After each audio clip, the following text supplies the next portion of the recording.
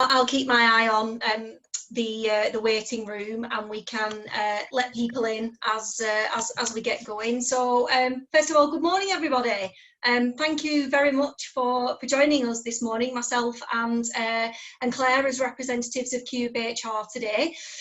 We are going to take about probably 40-45 minutes of your time just going through some things that we think are really important that we need to start thinking about as employers or managers about what happens when post-lockdown we're not going to go back to normal. We'd be silly to think so. So people are going to have some tough choices to make. It is going to impact individuals, so we want to share as much information as we can. Hopefully for our clients and people who aren't our clients who have joined, you've seen the information that we've been trying to push out over the past couple of months. We've tried to help people where we can, and that's what we want to do today. So Boris is going to make an announcement on Sunday, so the advice will change constantly. So all we can say is what we tell you is valid as at today. But things will change. There's going to be a couple of opportunities for question and answers as we go through. I will be keeping an eye on the chat box because the fantastic Claire is going to lead this session this morning. So I'll keep an eye on the chat box. You can either just put a comment in the chat box for everybody to see, or if it's something that you prefer to remain anonymous, if you just click the drop down box in the chat, you'll be able to change it to just Lisa Sourbuts, and you'll be able to send it to me, and I'll be the only one that sees that, and I won't share your name with anybody. So please do feel free to ask us questions.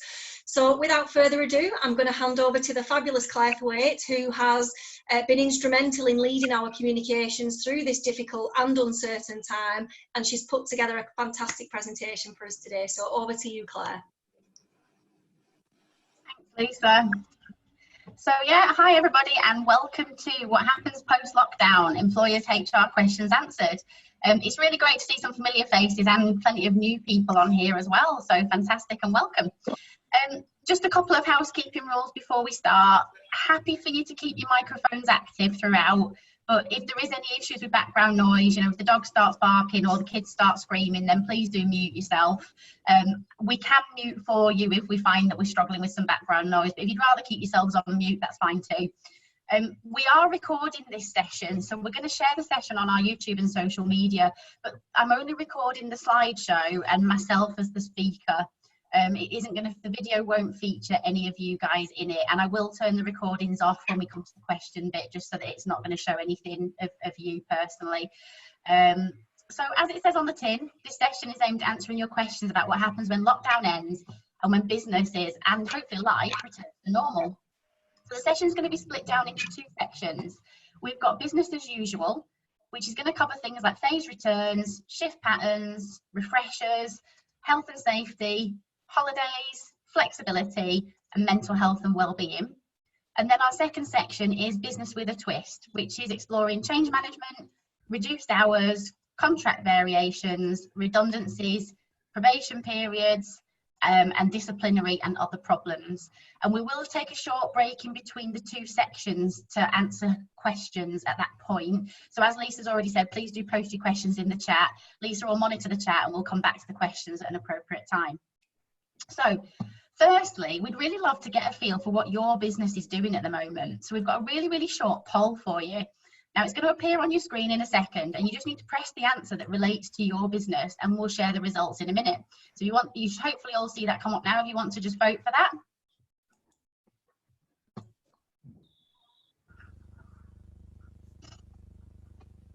Lisa will close it off when everyone's voted. Yeah, fantastic. Nearly there. Okay. I'll just give it to 30 seconds.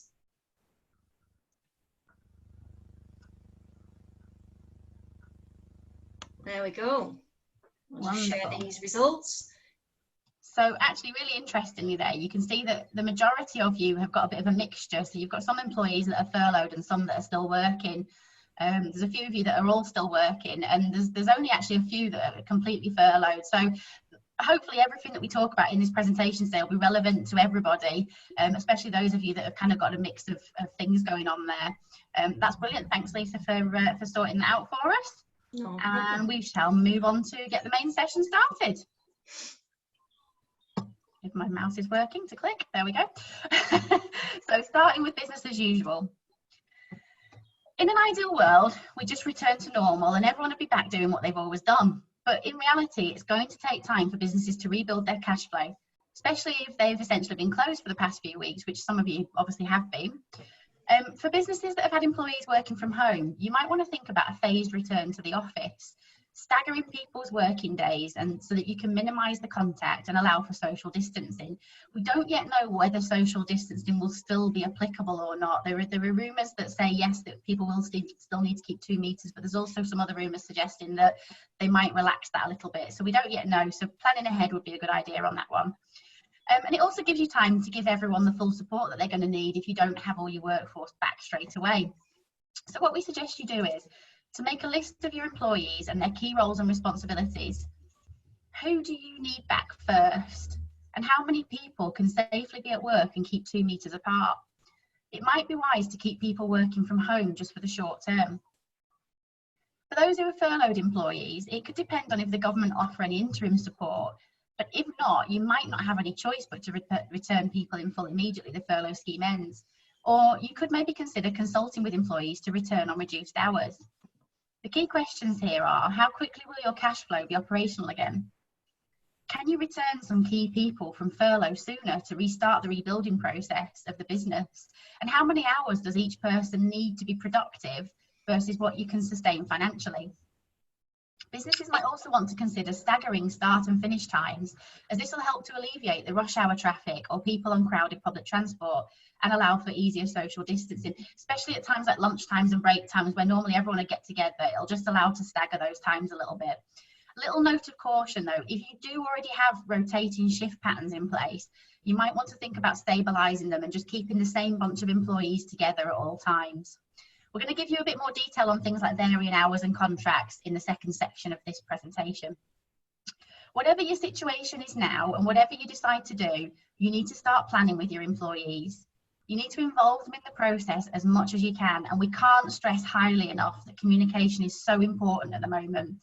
Give employees time to prepare for themselves to return and to understand what their working life might look like in the short and long term. If you've been following our mail shots and keeping in regular contact with your team, hopefully they won't feel too disconnected. But like any period of long-term absence, it might be a good idea to carry out a return to work induction, especially for those employees who've been on furlough and haven't been using systems or following processes for the past few weeks. Keep your induction simple.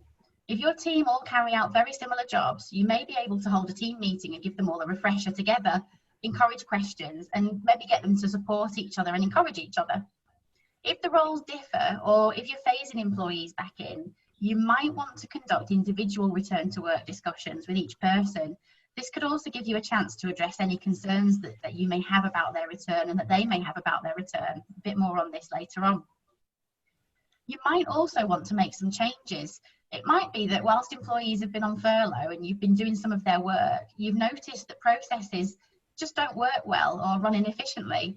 Or perhaps you've got employees who've been working harder than ever before and you've noticed some holes in the way that you do things. Start making notes now about what you want to do to improve. Whilst you might be anxious to make those changes straight away, just do bear in mind that your employees have been through a lot of change recently, and we're going to talk a little bit about the change curve later on. They might not welcome changes, so you do need to plan carefully. Who will the changes impact and how will it impact them? Involve everybody who's going to be impacted by those changes and use their thoughts and opinions. They're the ones that actually use your systems and processes, and they might actually have some really good ideas as to how to improve them. Make sure you set a reasonable time scale. And again, the magic word, communicate. So communicate the what, when, where, why, and how of the changes. And make sure you assess the effectiveness of them. So effectiveness of the plan during it, and also the plan of the changes after you've implemented them. Just go back and review, was it a worthwhile exercise? If not, do we still need to change anything else? The dreaded PPE, the dreaded health and safety. So we're not health and safety experts, but we do have a bit of guidance in relation to this. Question is, should you provide face masks and gloves to employees? Well, at the moment, the World Health Organization says that masks are not recommended for anyone other than those who are sick and those caring for them. That's partly because they can get easily contaminated when you're putting them on and off. And most non-medical grade face masks just simply don't have enough protection anyway. Gloves also aren't being recommended at the moment for anyone outside the medical environment. Effective hand washing and social distancing have proved to be far more effective than PPE. So you need to make sure your employees have plenty of soap and hot water to wash their hands with, and that they can stay 2 meters apart during their working day. Also, remember to encourage your workers to use tissues to catch coughs and sneezes and to bin their tissues straight away. We have received some news reports that there's an article that's been leaked from the government that Lisa alluded to it earlier. On Sunday, we're going to be getting some guidance as to what businesses will need to do. And there have been a few press places that have got hold of this supposed article. Now, this suggests things like businesses will need to reduce lift usage. So if you've got a lift in your business, making your lifts down to half capacity, keeping any canteens closed. If you do hot desking, just minimizing the amount of hot desking that takes place, and encouraging people not to car share, which I know goes totally against environmental things. But, you know, can you increase your car parking facilities so people don't need to car share? It also suggests that employers will have to carry out a risk assessment, so a coronavirus return to work risk assessment. As soon as we know what that looks like, we will, of course, obviously let you know where you can get guidance on that. So now is the time to encourage your workforce to contribute to a cleaner working environment as well. So it's time for Messy Mary to wash those mugs instead of growing penicillin in them, and for Grubby Graham to wipe down those food spills in the kitchen. Not only does it drive everybody mad anyway, but if you get everyone working together to create that cleaner, healthier environment, it will help to prevent the spread of germs and hopefully stop some of the office squabbles. So what will you do to keep your employees safe and healthy? Tell them about it. Communication again, tell them about it. Let them know that you've got their welfare at the forefront of your mind and how you intend to look after them. They're going to be a little bit concerned potentially about returning to work, those that have been absent, and we will be talking about the mental health aspect in a minute. But the more you can reassure them that you've got their well-being at heart, the more likely they are to feel comfortable to come back. So holidays. So if you have been operating as normal, you probably haven't been able to allow your employees to take any annual leave. If you've had employees on furlough, you might have stopped people taking annual leave, or some of them might have actually used their annual leave. And you might even have used Regulation 15 of the Working Time Directive to enforce some of that leave. But whatever the case, you need to start planning now for how you're going to deal with those holiday requests. So first things first, take a look at what holidays your employees do have left. If you have got a lot of employees with loads of holiday remaining, you may still want to consider some enforced leave. It isn't too late to do that, but you do have to give double the amount of notice for the amount of leave taken. So if you want your workforce to take a week's leave, you must give them 2 weeks notice as a minimum. Realistically, how much leave will you be able to allow employees to take when things return to normal? We're assuming this is going to be kind of June, July time, it may be later. Most businesses tend to start their leave year in January. Some are different, but most in January, which means a lot of employees are going to have kind of 6 months worth of holidays to take in the space of 6 months, essentially. And they're probably going to want to take them because they haven't been allowed to go anywhere. So they might have been sat at home on furlough, but they haven't actually been able to go to Tenerife or Cyprus or wherever they had plans. So they're going to want to take those holidays. So our suggestion for this is to set a cap for how much they can take. So for example, you might want to say they can't take any more than 10 days in the remaining holiday year. If you set those rules now and communicate them to everyone, then your employees can prepare themselves. Also think about how do you usually allocate leave. So if you work on a first come first serve basis, you might need to change that approach. Some people won't get to take holidays if you do it on that basis, because you'll get one person that will come in and book all 10 days and another one that will come in and book all 10 days. And then somebody else will come in and they won't be allowed to take any holidays because people will have already booked them all. So you might want to just think about how you allocate that, maybe encouraging employees to get those requests in early so that you can consider all the requests at once. If you do have to say no to holiday requests, and hopefully if you've communicated your rules, you shouldn't need to, but if you do, make sure you explain to the employee why you've said no. You need to show them that you've considered their request carefully. And if you're able to offer them an alternative to that, so is there a later date or something that they can take, then do offer them that later date as well. It's really hard to say no to holidays, but the more you can show your employees that you've actually considered it, the better, and obviously hopefully the more understanding there'll be about it. And hopefully most of you already know that the minimum statutory requirement for holidays in the UK is 5.6 weeks. That's 28 days. So that's either inclusive of bank holidays or it's 20 days plus bank holidays. But this year, up to 4 weeks of that annual leave can actually be carried forward into the next 2 years. So you can't normally carry that statutory leave forward, but we're actually allowing people to do that now. The government have relaxed those rules.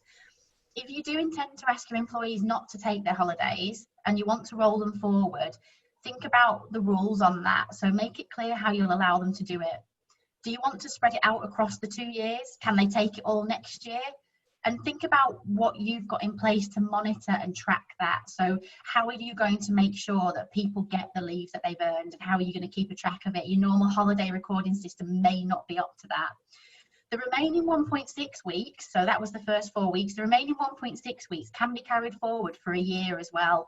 And this is purely for businesses who give statutory minimum holidays. If you give more than that, obviously you can either let them carry those extra holidays forward, or what you could do is actually consider giving them a payment in lieu of those holidays. You are allowed to do that for anything that's over and above the statutory minimum.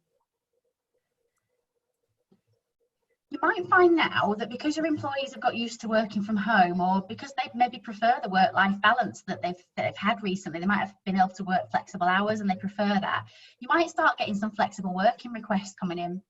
So everyone has the right to apply for flexible working, but they should explain to you in their request why they want to change their working pattern or their location, how they feel this is going to impact on them and their workload, and also the team as a whole. So they've got to show that they've considered every aspect of their request. It's not just about them.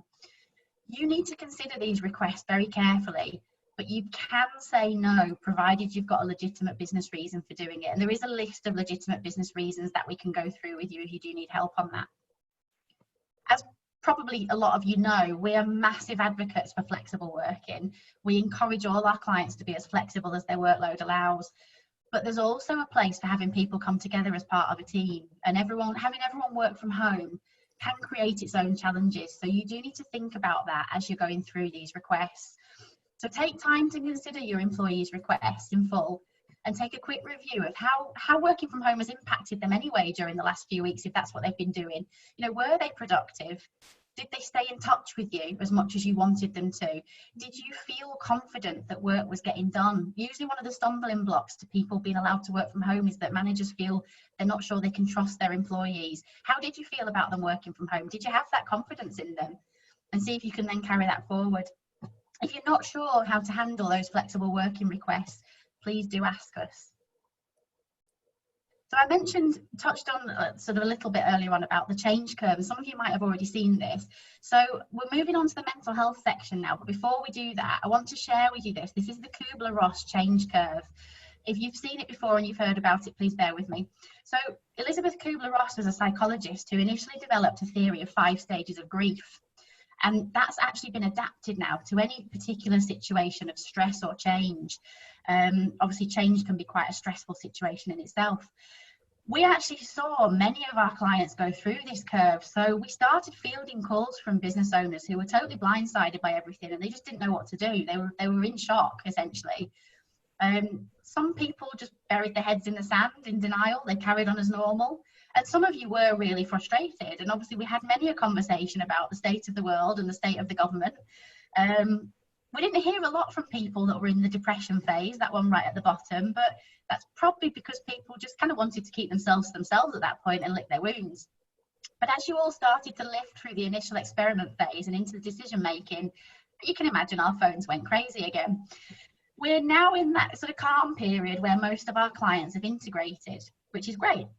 But do remember, when life as we know it returns, it's quite likely that people will go back through that change curve again, and people will come down on that change curve. So it might happen faster than it did before, because we're not making as dramatic a change going back to normal, but it is just something to keep in mind when you're supporting your employees' mental well-being.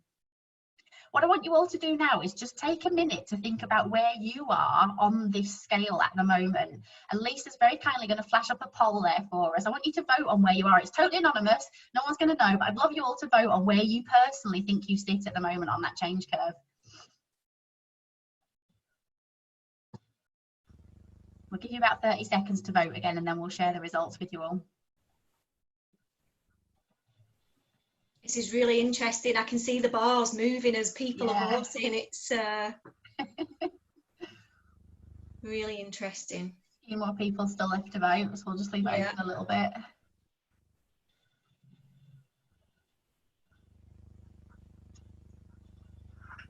Okay, we're at 88% voted, so I'll just end that poll now and share these results with you. Wonderful. Thanks, Lisa. So that is, that's a really good mix. I mean, you know, most of you aren't in the shock and denial phase anymore, which is great, because hopefully you've kind of come to terms with things. Interesting that there's a few people still there down in the frustration and depression. It would be interesting to find out whether you've already gone through that curve and then kind of restarted the process, or whether you've stayed there. Most people in that decision making and integration phase, which is fantastic. I love the 2 people that have said no idea. That's brilliant. Awareness there. So as you can see, there's a real mix that even now we're what, 2 months into this whole thing, nearly 3 months into this whole thing.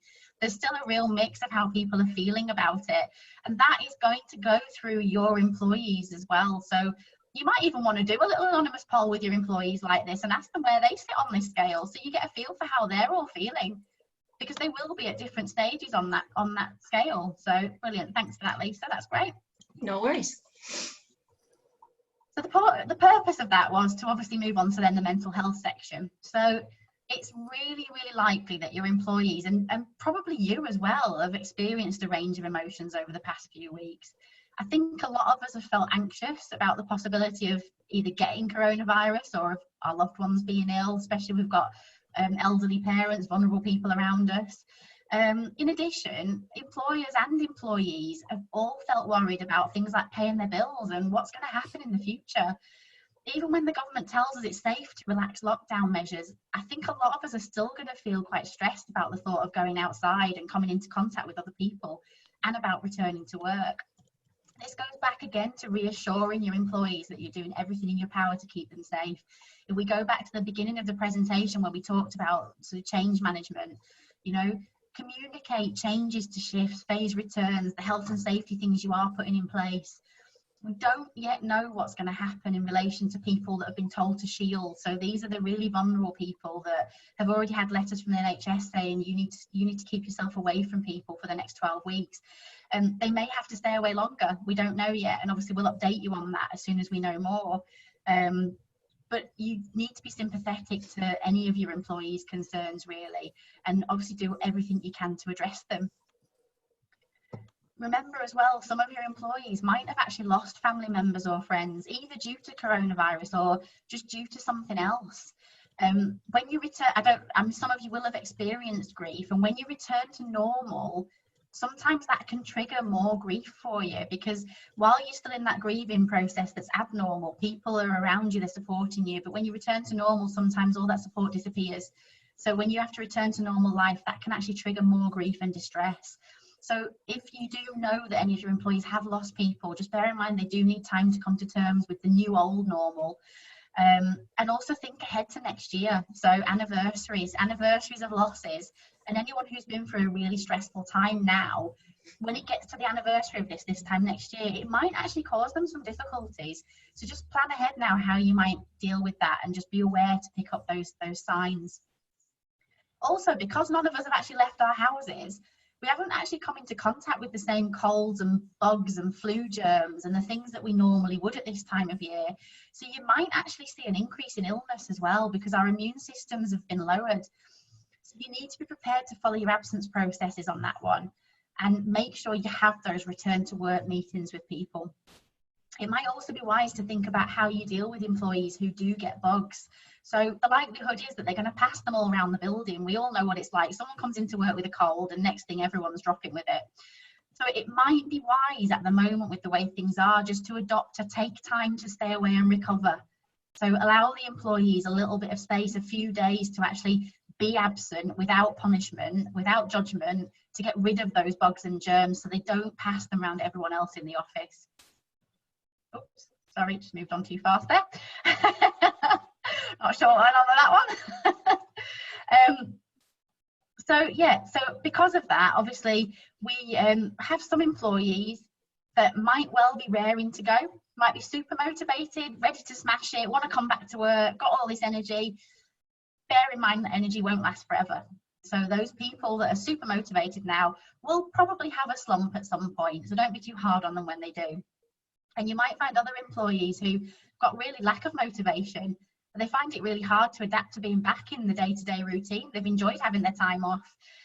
So, you know, think about some fun ways to keep everyone motivated. So keeping your team engaged, make sure you keep your own mood upbeat. I know that can be hard sometimes when you feel pressure, but keep your own mood upbeat and that'll transfer to them. And think about some mini team get-togethers that you can do, you know, to give people that team feeling again. Hopefully, if you've got employees that are furloughed, you have been keeping in touch with them anyway, but do some fun things when they come back. You know, can you stick a free Pizza Friday on for them or something? Anything just to get the team talking and re-engaged again. It's just worthwhile for the moment now taking a few minutes to discuss how you can spot an employee whose mental health may be struggling. Obviously, we're not mental health experts. There are experts out there that deal with this, but we do have a good guidance on what that looks like, and also some hints and tips about what you can do about it. You need to make sure your managers are aware of this as well. If you've got a company where you've got managers supervising people, make sure they're aware of the signs to look out for and what to do.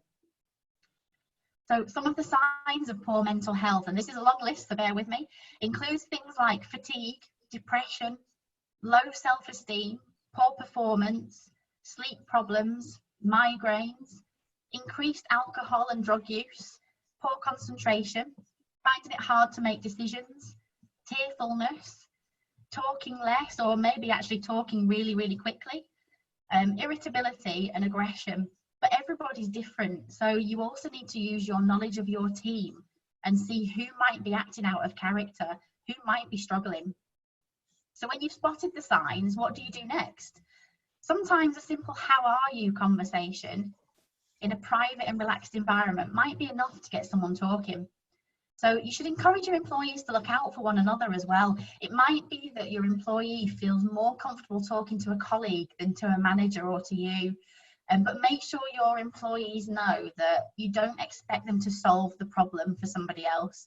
They should encourage the person who's struggling to speak to a senior team member or to seek help from their GP or professional. If you do get an employee that approaches you and says that they're struggling, or if you do start that conversation and they open up, reassure them that you want to help them. If you've got something like an employee assistance program in place or some other mental health support, then make them aware of how to access this. And if you do feel like you want something like that, do talk to us, because we do have contacts in those areas as well. Discuss with them how you can help them. So can you alter their workload or their working hours? Can you change their working environment? Can you provide a safe space for them to go to if things just get too much and they feel overwhelmed? Do they want a body that they can talk to? You can assign them a colleague to talk to if they feel low and they're struggling. There isn't a one-size-fits-all approach to mental health. So it's really important to listen to each individual and do everything you can to support them.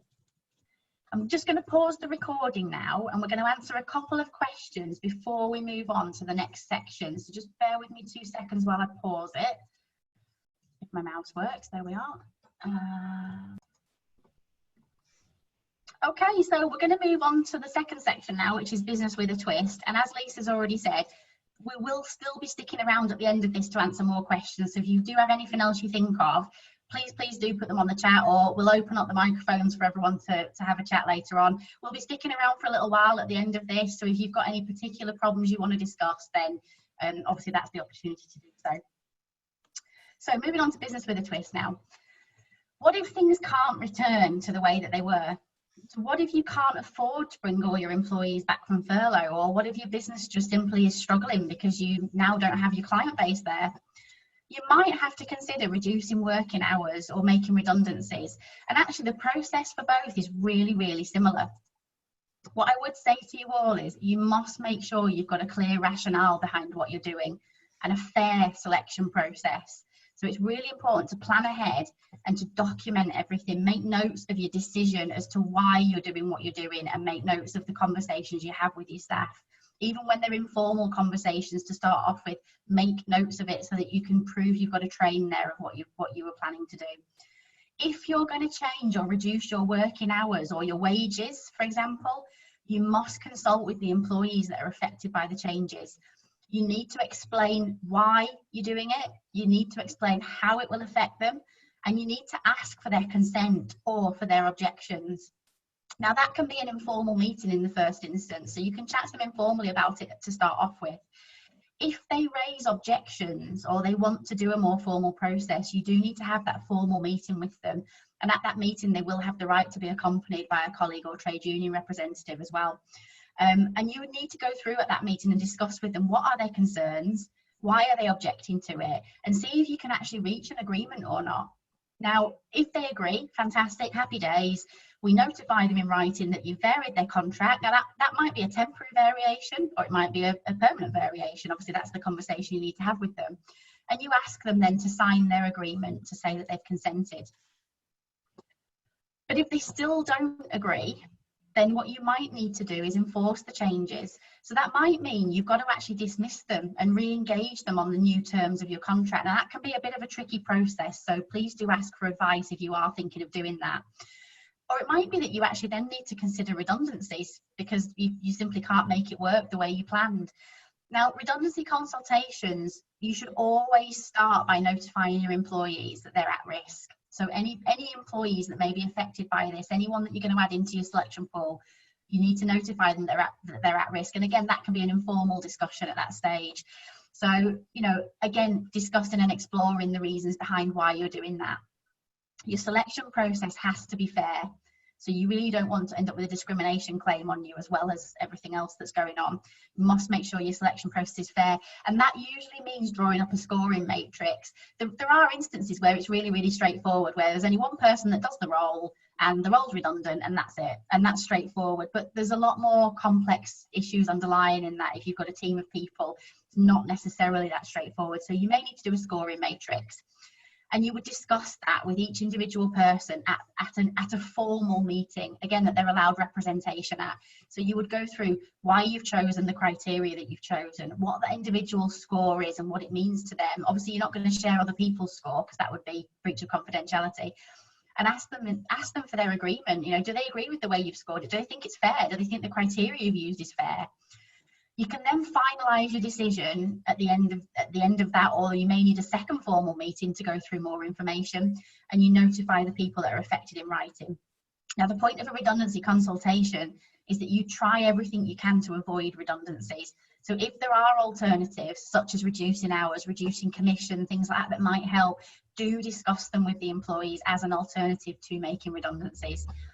And also bear in mind, I'm not sure of everyone on this call how big their workforce is, but if you've got to make more than 20 employees redundant, you must go through at least a 30-day consultation period. So you can do it in a shorter time for less redundancies, but for 20 employees being made redundant, you have to go at least 30 days.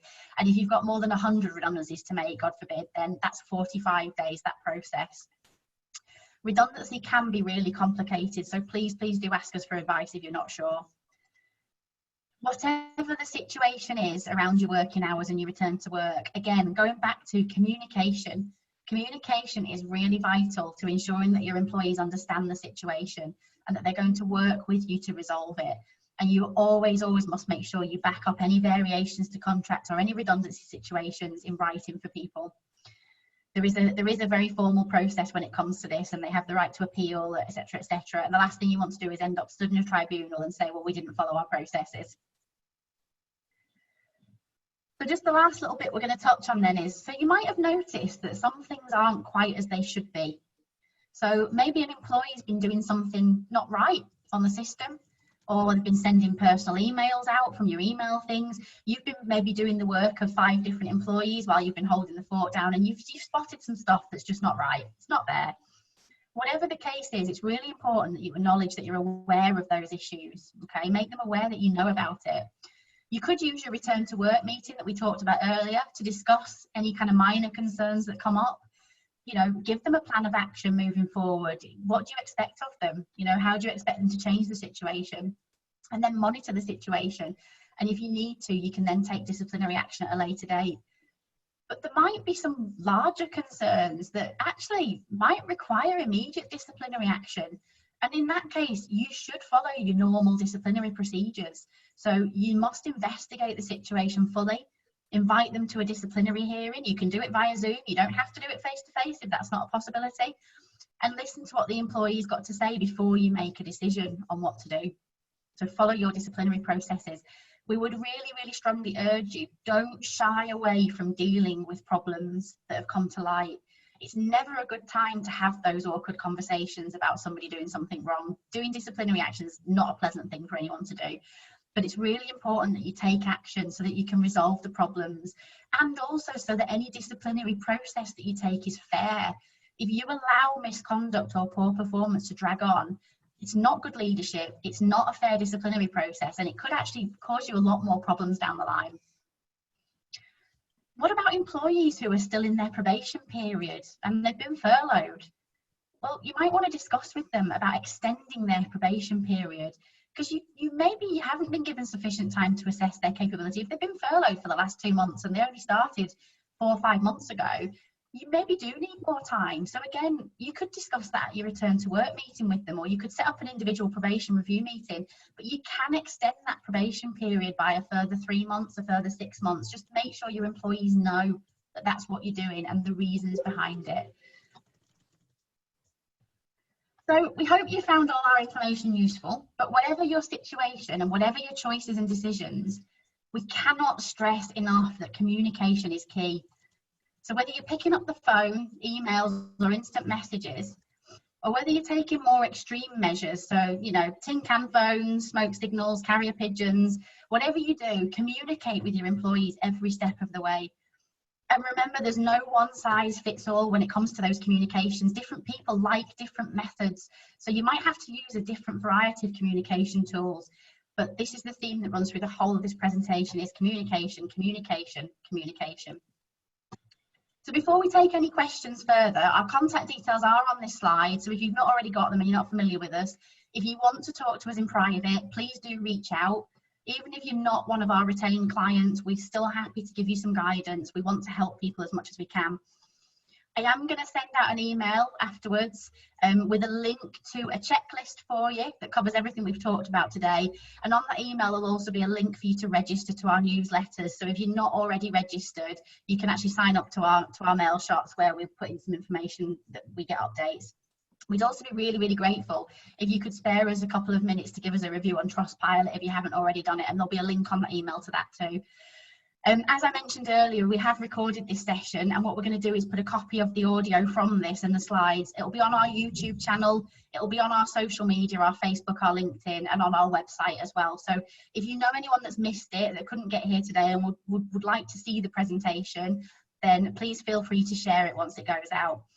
I am actually going to end the recording now, and then we'll be sticking around for any further questions. So just give me 2 seconds to get that finished, and then we'll open the floor up for more questions. Okay, we're good to go, Lisa. Have we got any more questions? Yes, we've got lots more questions. Yeah, really, some really good questions coming. First of all, thanks for that, Claire. Really informative. The first question I'm going to go to is about layoff. So not redundancy, not furlough, but layoff. So layoff is where if the furlough scheme ends and you don't want to make somebody redundant, but because you think work's going to come in, you can, if you've got the contractual right to lay off. So that means you've got a clause in your contract or in your handbook that you can enforce. You can lay somebody off, and what that means is they will sit at home with no work, but for the first 5 days they have to get a guaranteed payment, and that's £30 a day, and after that it's unpaid. Now that's the reason you've got to have the contractual right to do it, because it's not great, that, is it? It's, you know, 150 quid and then nothing. How Claire talked about contract variations and going through that process, it's really important, because if you lay off without the right to do so, or if you try and enforce a contractual change without agreement, or you dismiss and re-engage, you are at risk of claims of constructive dismissal if they've got over 2 years and resign. They can also claim breach of contracts, they can claim unlawful deductions from wages. discrimination if they feel they've been picked because of a particular protected characteristic. So where you want to do any of those things, please take advice before you go ahead and do it. Really good question. Next question, if somebody has worked for the business under 2 years, can you dismiss them as normal? So my answer to that would be, at the moment, if you had somebody under 2 years, be a nice employer and pop them on furlough so that they at least get the furlough payment. If that scheme's going to end, then yes, it would be a very straightforward short service dismissal, as long as there was nothing contentious, so they can't say that you're dismissing them because of their race, religion, sexual orientation, anything that would hit one of the